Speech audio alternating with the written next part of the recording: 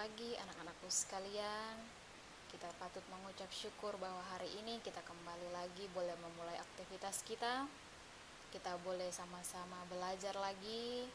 Kita mengerjakan berbagai tugas.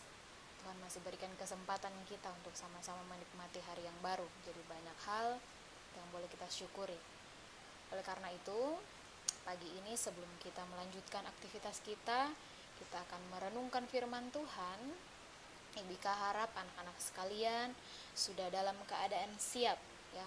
Sudah siap dengan Alkitabnya, sudah siap dengan buku catatannya, sehingga ketika kita mendengarkan firman Tuhan, kita benar-benar menyediakan hati kita, ya. Oke, sebelum kita mulai devosi kita pagi ini, Ibika mengajak anak-anak sekalian untuk membuka di dalam doa. Kita berdoa.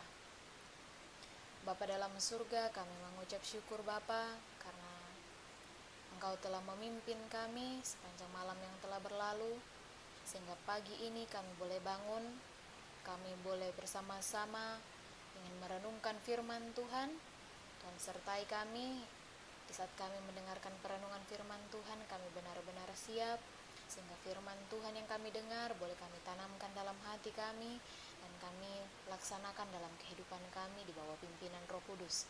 Berkati Wika yang akan membawakan devosi, semoga firman Tuhan yang disampaikan ini menjadi doa kami di dalam nama Tuhan Yesus, Tuhan dan Juru Selamat kami yang hidup. Amin.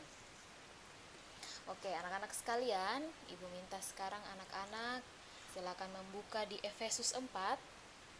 Efesus 4 ayat 15, ya. Pokok perenungan kita hari ini ada fokus di ayat 15, namun kita akan sama-sama membaca dari ayat 11, ya. Jadi Efesus 4 ayat 11 kita selesaikan sampai ayat 16, ya.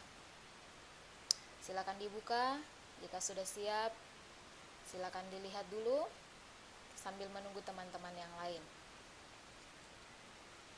Oke, kita akan sama-sama bacakan. Ibu Ika membacakan di sini, anak-anak di rumah juga membacakan supaya kita sama-sama.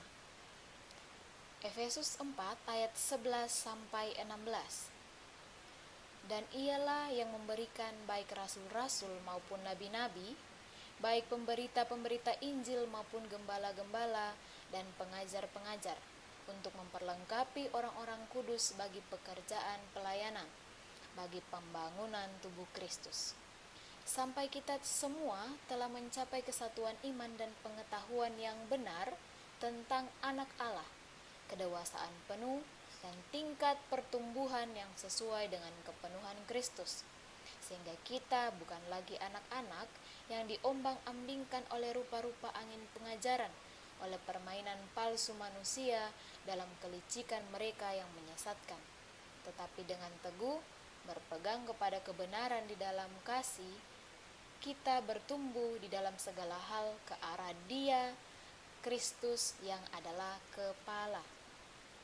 Daripadanya lah seluruh tubuh yang rapi tersusun dan diikat menjadi satu oleh pelayanan semua bagiannya, sesuai dengan kadar pekerjaan tiap-tiap anggota, menerima pertumbuhannya dan membangun dirinya dalam kasih. Seperti yang Ibu Ika sampaikan tadi, kita akan sama-sama merenungkan fokus di ayat 15. Dan Ibu Ika bacakan sekali lagi. Tetapi dengan teguh berpegang kepada kebenaran di dalam kasih kita bertumbuh di dalam segala hal ke arah Dia, Kristus yang adalah kepala. Nah, ini anak-anak pasti sudah pernah dengar, ya. Sudah pernah kita bahas di chapel, sudah pernah mungkin di devosi di dalam kelas masing-masing, baik kelas 5 maupun kelas 6. Kristus adalah kepala. Kepala apa, Ibu Ika? Kepala gereja. Gereja diibaratkan sebagai tubuh Kristus, ya. Jadi kita semua ada banyak macam, ada banyak rupa, ada banyak karakter, ya. Berbeda satu dengan yang lain, tapi kita disatukan di dalam tubuh Kristus dan kepalanya adalah Kristus. Makanya di sini disebut Kristus adalah kepala. Ya.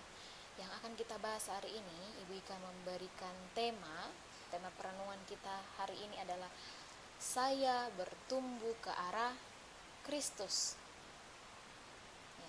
Maksudnya seperti apa? Coba anak-anak ingat ya. Akhir-akhir ini pasti wali kelas kalian meminta data-data mengenai kesehatan kalian, baik itu tinggi badan, berat badan, ya, pendengaran, penglihatan, ya, kesehatan gigi, ya banyak ya. Pasti wali kelas meminta itu kepada anak-anak. Kenapa? Karena sementara kita sedang menyusun rapor untuk anak-anak. Nah, data kesehatan anak-anak ini kan terus diperbaharui. Setiap semester diukur supaya kita bisa melihat sejauh mana perkembangan kesehatan anak-anak. Termasuk di dalamnya adalah pertumbuhan tinggi badan anak-anak. Dulu waktu kecil Ibika sangat senang sekali ketika diukur badannya, tinggi badannya sudah berapa. Mengapa? Karena dari situ Ibika tahu, oh ternyata tiap hari, tiap minggu, tiap bulan, tiap tahun ada peningkatan dari tinggi badannya Ibika. Jadi tidak misalnya dari 1 meter terus, tidak ya, tapi ada pertumbuhan, ada kenaikan ya. Ada sukacita tersendiri ketika mengetahui tubuh kita bertumbuh. Tapi hari ini yang akan Ibu Ika renungkan bersama dengan anak-anak adalah bukan pertumbuhan fisik kita, tapi pertumbuhan iman kita. Apa itu pertumbuhan iman ya? Ketika setiap hari, tiap waktu, tiap detik, anak-anak boleh semakin merasakan kasih-Nya Tuhan, semakin mencerminkan karakternya Tuhan. Tuhan siapa? Yesus Kristus sebagai teladan kita yang agung. Sekarang anak-anak coba renungkan dalam kehidupan anak-anak sekalian. Ini ada beberapa pertanyaan yang akan Ibu Ika ajukan. Ini menjadi bahan perenungan untuk anak-anak di rumah juga dengan Ibu Ika. Apa yang bisa kita renungkan dari firman Tuhan di ayat 15 ini? Sekali lagi Ibu Ika bacakan, setelah itu Ibu Ika akan berikan beberapa pertanyaan untuk anak-anak boleh jawab. Ya. Tetapi dengan teguh berpegang kepada kebenaran di dalam kasih, kita bertumbuh di dalam segala hal ke arah Dia, Kristus yang adalah kepala. Ya. Jadi kita tidak hanya sekedar bertumbuh ke arah mana? Ke arah kebenaran. Apa itu kebenaran? Kebenaran itu adalah Kristus sendiri. Makanya kita mencontoh Dia. Sangat sesuai dengan temanya kita tahun ini, yaitu in you ever after, di dalam Dia selamanya, di dalam Kristus selamanya. Ketika kita mengatakan kita di dalam Kristus, maka terus-menerus kita berusaha untuk bertumbuh di dalam iman, mengikuti karakternya, meneladani karakternya Kristus. Ya, sekarang Ibu ajukan beberapa pertanyaan. Anak-anak boleh jawab, orang tua juga boleh memantau anak-anak kita dalam menjawab beberapa pertanyaan ini. Ini pertanyaan refleksi yang sangat-sangat penting untuk kita sama-sama jawab ya. Ibu juga merenungkan ini. Yang pertama, seberapa anak-anak mengenal Tuhan yang anak-anak percayai, yaitu Tuhan Yesus Kristus? Sudah seberapa kenal anak-anak dengan Dia? Sudah seberapa dekat anak-anak dengan Dia? Ya. Kenal itu artinya benar-benar tahu karakternya seperti apa, maunya apa, tujuannya apa. Ya. Benar-benar mengenal dan ada kedekatan dengan Dia. Kalau kita mengatakan kita kenal, kita ada kedekatan, ada hubungan yang dekat dengan Dia. Seberapa jauh anak-anak mengenal Tuhan yang anak-anak percayai, yaitu Tuhan Yesus Kristus. Itu pertanyaan pertama ya. Pertanyaan kedua, ini pertanyaannya boleh dituliskan, kemudian nanti anak-anak jawab di kertas perenungan masing-masing ya.